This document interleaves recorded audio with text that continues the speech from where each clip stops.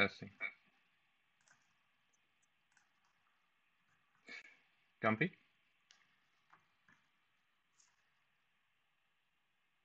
All right.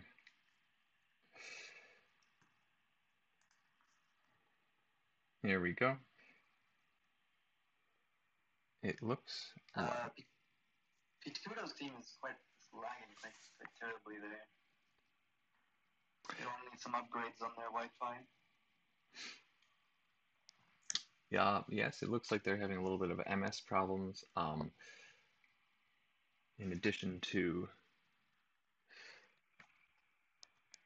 uh, in addition to a little bit of a laggy bit of stream, but yeah, perhaps that's just like the Wi-Fi in general. But let's see what's been happening with the game so far. It looks like we do have one clean stream over on the Los Gringos side. So what can we see so far? Trying is getting his chains off. I can see here that Los Gringos definitely has the upper hand here. Gwen is just not strong enough. But so we can see here, right? The problem with Churn, right? And with Churn is that he is surviving a lot, even though he goes down here.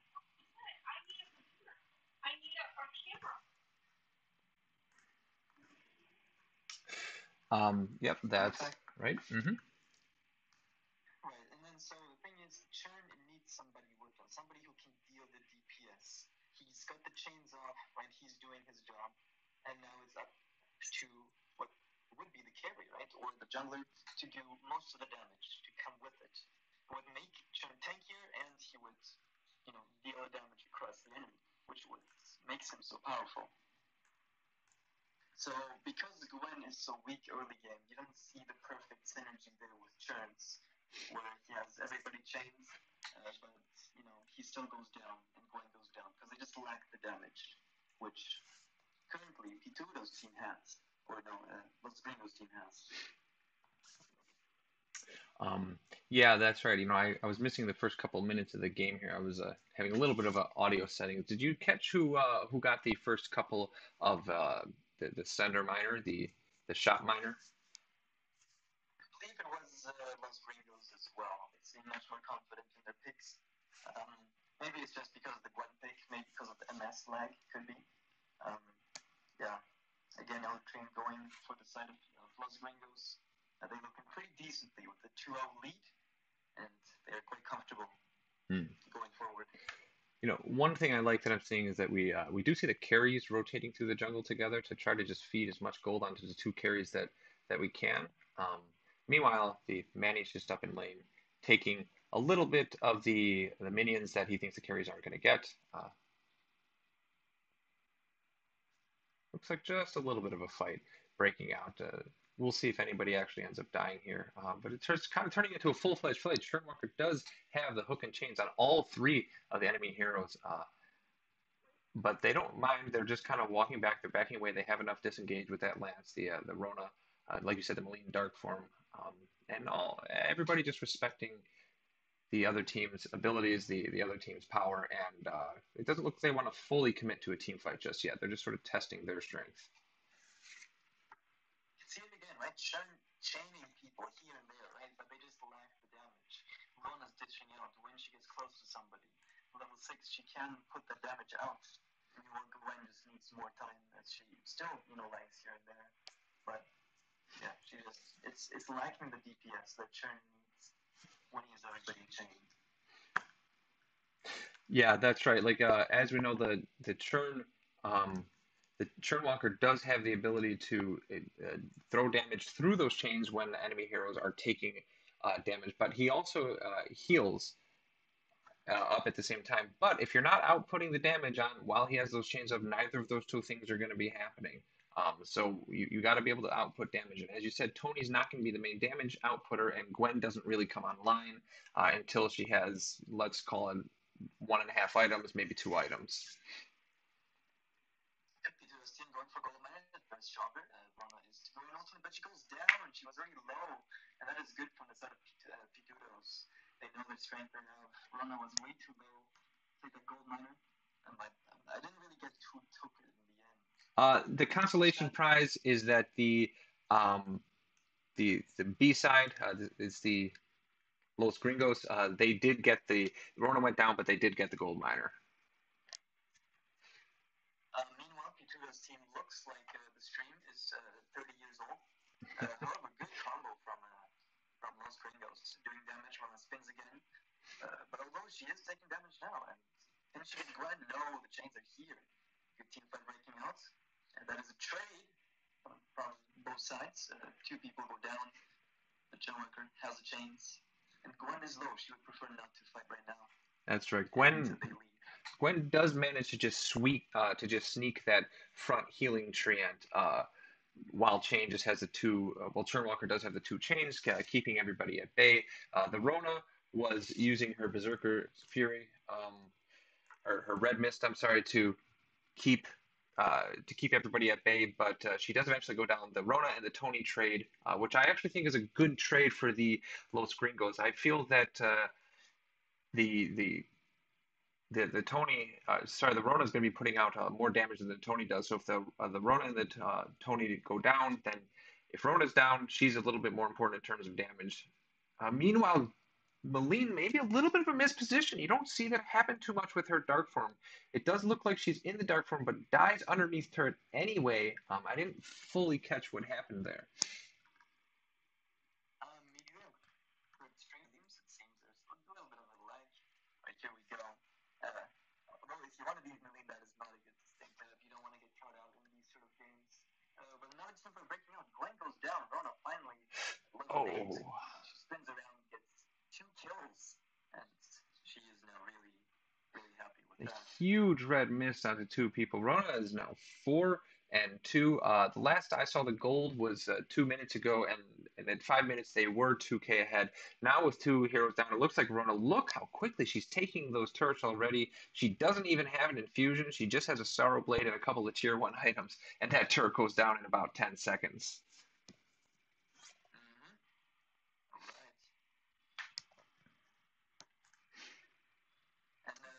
So now when we see Rona, she will keep scaling. Once she gets a little bit of defense here and there, she will start doing great damage. And you don't really want to fall behind on the side of Pitudos. You don't want to, you want to farm up, but not give them too much of an edge. As I still can't tell. I didn't read Spanish. I don't know who got the gold miner.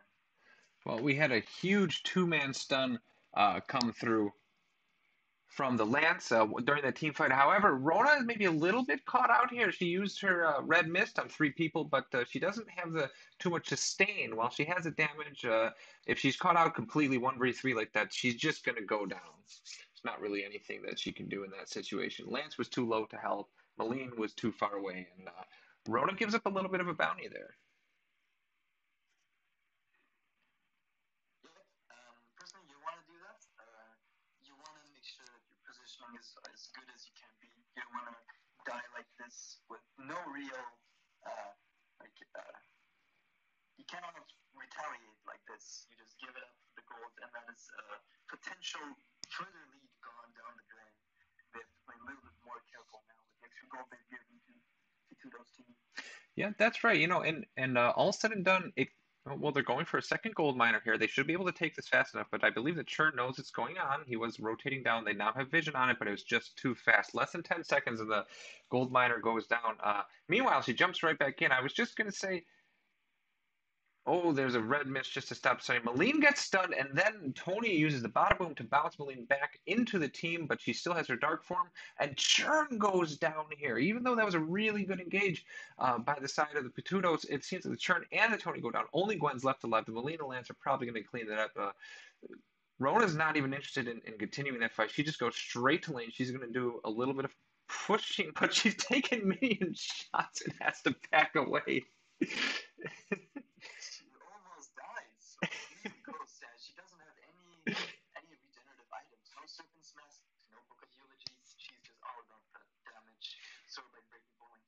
Something you have to mention there though is during the team fight, right? If she is chained and she starts spinning, that is a time where Churn cannot stun her out of it. And Maline, right? She always has that dark form, if ready to get rid of the chain or just get rid of the stun when it comes out. And meanwhile, Rona, she'll just keep spinning. And then Churn will have a harder time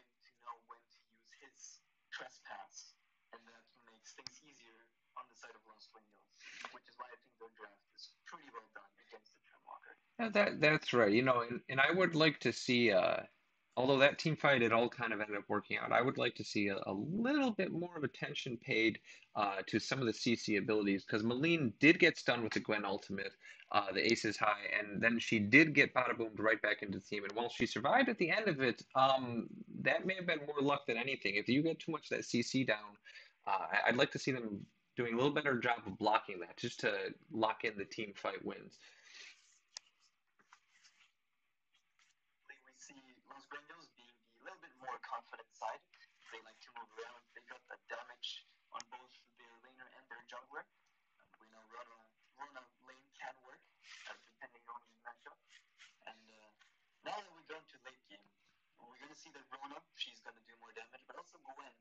Gwen is going to start getting items, and depending on her positioning, and if she can survive a Rona attack, then she can survive. Yeah, that's exactly right. And then Rona jumps right in. She uses the red mist to stop the CC, does a little bit of damage back. So this is beautiful positioning for the team. However, the Rona goes down, the Gwen goes down, the Churnwalker and the Tony are still alive. Churnwalker goes down. Now it's just the Tony. Tony's not going to be able to do anything against the Lance and Maline. It's just as you said. Tony doesn't really have that disengage if the bada boom is down. That I feel like after 12 minutes, that was a huge win for the side of Los Gringos. Now they're going to sweep through the jungle, and that may have been uh, one of the deciding team fights in the game. We're going to have to see if it plays out that way. But with the amount of things they're going to get after that team fight, 3 kills, the ace, they're going to get a little bit of damage on the turret with those ace minions. They're sweeping through, taking the entire jungle, and they're starting the Kraken. They feel that they're the stronger team right now. They feel that this Kraken can't be contested by the side of Pitudos. As we see in that team fight, the win condition for Rona is to get onto the Gwen while the Gwen is too kite. And meanwhile, Tony's job is to stop them from doing that, and Meline can just do huge damage. Look at this, she's just going in, but gets stunned. Rona is there jumping. But Gwen Ooh, is trying to do good damage. She gets the kill, but she probably won't survive against the Lance. goes We'll have to see, down. and yes, she does And go will there down. be an ace coming out? A little bit of a bait. I'm not sure about that. Come at me, but it does end up working out. There is no ace. I think that if they don't get that kill on Torona, that's an absolute disaster. But the targeting was quite well. They took down that turn before the team fight even started. There was no damage done. So the fact that Gwen was able to kill the Rona was maybe a little bit of a misplay by the side of Los Gringos, thinking that they could win the 2v3 very easily. But Gwen, you can see, is starting to do a little bit of damage, and if she positions correctly, she's going to be able to keep away from the Rona and just do damage from a distance. And now it seems like she can actually do enough damage to get kills. Yep, and as we go more into late game, once we get to those fourth in items and reflex blocks and fusions, we will see the Gwen. As long as she gets good peel by the churn and also maybe the Tony, um, she can probably carry this. And it will be up to the Ronan and the lead to get the Gwen. There we go. She will need Jawbreaker and a trash talker that are landed on to the Maline. However, Maline just has her dark form to back out. Gwen is half health. The Maline and Rona are both backing off. They might know that Lance is down. However, the Maline and the Rona are going to come back with full health. Maline stops the recall. Rona is just marching back. She just bought an infusion. She infused, but however, the side of the Pitudos got the Kraken, but Rona's going to be able to just go and she's going to try to burst every ground. A huge bada boom to knock her away. Turnwalker has 2 chains, 3 chains. There it is. Here comes out the red mist. Gwen is trying to output damage, but is it enough? The Lance does land his impale. You have the churn and the Gwen go down. It's a 2-for-2 trade. What's going to happen? And Tony turns it around. It's ace in the other direction. brilliant team fighting by both teams. That was honestly a joy to see. You see how well the Gwen is kiting, and also how everything is going to the win condition. You want to see the Rona diving in, and then you see also the Gwen kiting very well, getting that damage, and we see Fax doing what needs to be done for his team. Really well played by Fax to stay alive and get Dragon. That is just unbelievable. You had Rona go down to half health, recall, get an infusion, come back at full health, and the side of Pitudos is still able to pull the win out of the hat. Is this the super late game coming in where the side of Pitudos, the comp is finally coming online, and Gwen has enough items, has enough kills, and are they going to be the ones with more confidence and able to win this super late game?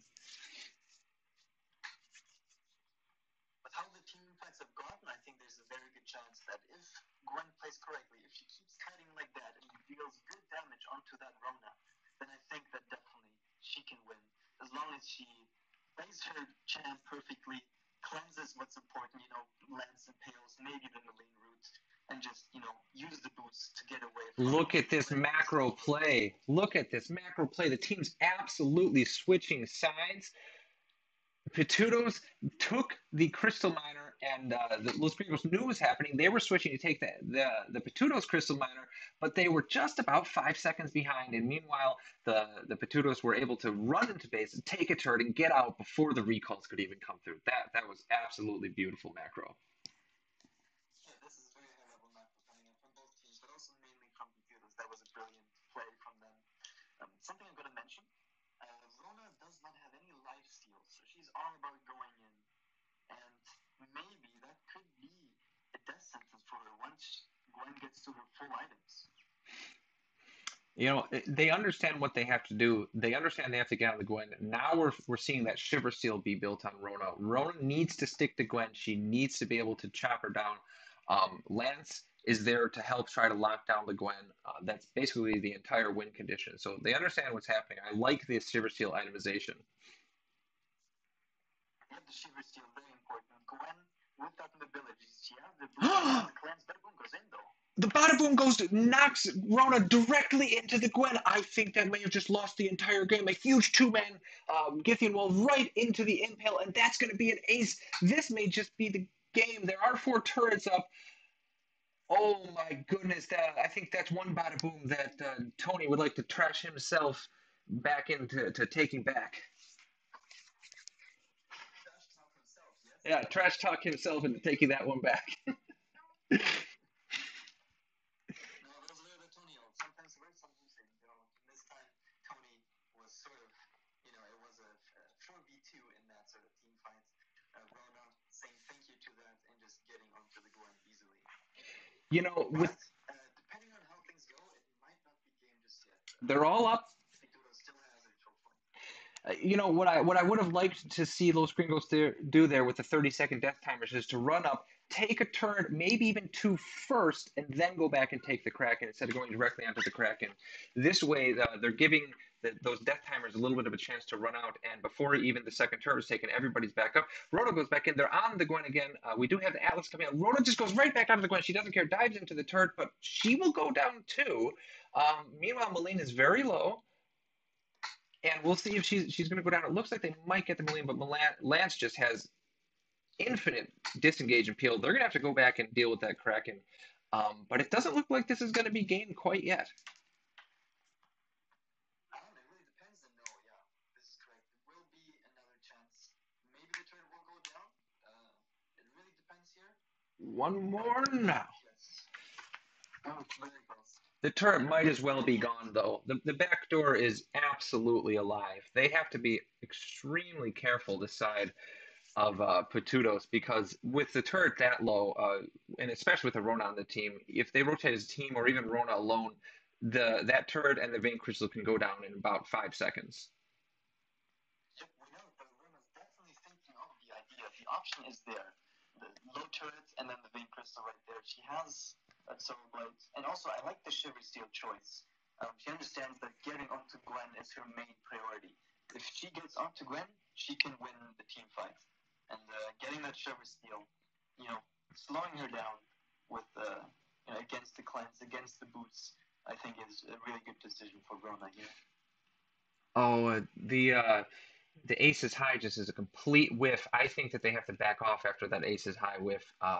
Los Gringos are in the driver's seat here. They understand that Pitudos can't go that far out of their base, or the back door can completely come into play. However, Rhoda just absolutely going into that Gwen, diving in. She uses her into the fray to jump in, but Gwen is doing an absolutely great job of jumping back. We have the bada boom coming through just to keep everybody off Gwen. Gwen is doing kiting back, and she gets the kill onto Melina and lives. However, the Turnwalker goes down. Gwen is going to be able to get a recall in. Tony's probably going to go down here too, but with Gwen alive, I'm not sure that the Lance and the Rona are going to be able to push down the base unless the Lance makes a huge mistake and Gwen catches him out. But no, he's able to back off. Gwen's not going to be too aggressive here because she understands it is a 1v2, even with that Crystal Sentry in play. However, the Kraken is up. Do you think they start the Kraken here with a 1v2? so because Gwen is really low. They rather better off with fighting, but Gwen going in, she's confident. Atlas going in, the Root Impale acting well. And there it is! And then she's low. Does Gwen get out? No, the ace comes through, but they killed who they needed to. That Rona's dead. The Churn and the Tony are going to come alive. It looks like that Lance might be trying to go for a turret here, but Norman's up just in the nick of time to keep them off that turret. He's going to tank as much damage as he possibly can. They have minions up. The Tony's back. Lance might be a little bit out of position, but boy, do those ace minions hurt. See, it can Lance escape. No, Maline's coming in for now. It's a 2v2. Maline with the damage, and Chen has to escape to safety. But the turret is low. They want that turret. Maline damage, though, and that is the turret down. The base is open, and Rona has a chance. 4 seconds, 3 seconds. It doesn't look like Rona is going to be able to get over there, and they might just be out of position. Gwen is alive. Gwen is alive. Los Gringos might be making a huge overextension mistake here, and there, down goes the Lance. Oh my goodness! I think that the only chance now is for Rona to go in for the back door and to just burn through that crystal. But she's actually going for the Kraken instead. We'll have to see what she ends up doing here. I think that with a completely open crystal here, if you don't have vision all over it, all over the entire map, you basically can't leave your base from the side of Pitudos. We see the Maline stalling on their side. They're still in the base, and with Rona's damage, she's taking that Kraken like a piece of biscuit. She's just getting it down, and boom, that is taken from the side of Los Gringos. Instantly gone. Will she go for the back door? Because that is definitely an option.